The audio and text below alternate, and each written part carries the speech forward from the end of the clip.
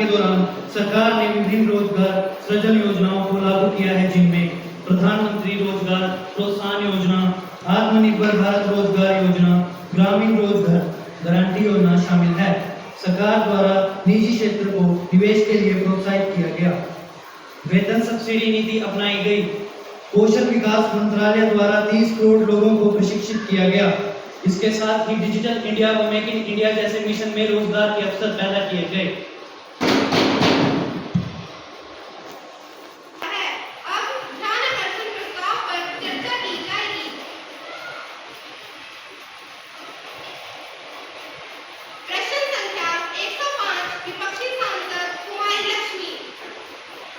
माननीय अध्यक्ष महोदय, मैं आपके माध्यम से सदन का ध्यान अमेरिका से वापस भेजे गए भारतीयों की दुर्दशा की ओर दिलाना चाहती हूँ। अभी हाल ही में हमारे भारतीयों को अमेरिका द्वारा हथकड़ियों में बांधकर भारत वापस भेजा गया। उनके साथ आतंकवादियों जैसा व्यवहार किया गया। इस पर सरकार अपनी जवाबदेही सुनिश्चित करे।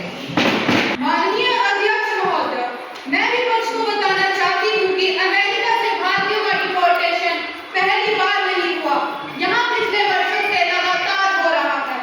हम भी किसी अवैध मूवमेंट के पक्ष में नहीं है, क्योंकि इससे किसी भी देश की सुरक्षा को खतरा पैदा होता है।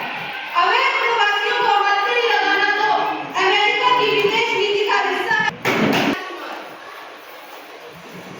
माननीय अध्यक्ष महोदय जी, हमारे प्रधानमंत्री जी 2047 तक भारत को एक विकसित भारत बनाने की बात करते हैं। मैं उनसे पूछना चाहता हूं कि भारत को विकसित बनाने के लिए उन्होंने क्या क्या नीतियां अपनाई है। वे स्पष्ट करें, कहीं वे जनता को मुंगेरी लाल के सपने तो नहीं दिखा रहे। कि हमने वर्ष 2047 तक भारत को एक विकसित देश बनाने का लक्ष्य रखा है और इस लक्ष्य को पूरा करने के लिए हमने कई नीतियां अपनाई हैं, जिन्हें मैं सदन को बताना चाहता हूँ। शिक्षा व स्वास्थ्य की सेवाओं में सुधार के लिए कई नीतियां अपनाई गई।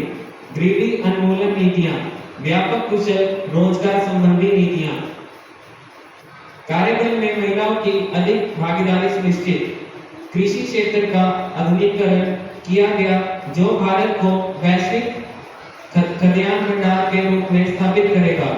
सामाजिक समानता संबंधित कार्यक्रम का आयोजन, पर्यावरण संरक्षण कार्यक्रमों में आयोजन, श्रम बाजारों का निर्माण। माननीय अध्यक्ष महोदय, विपक्ष ने अपनी आंखों पर सत्ता के लालच का पर्दा डाल रखा है, इसलिए उन्हें देश के विकास का कार्य दिखाई नहीं पड़ता।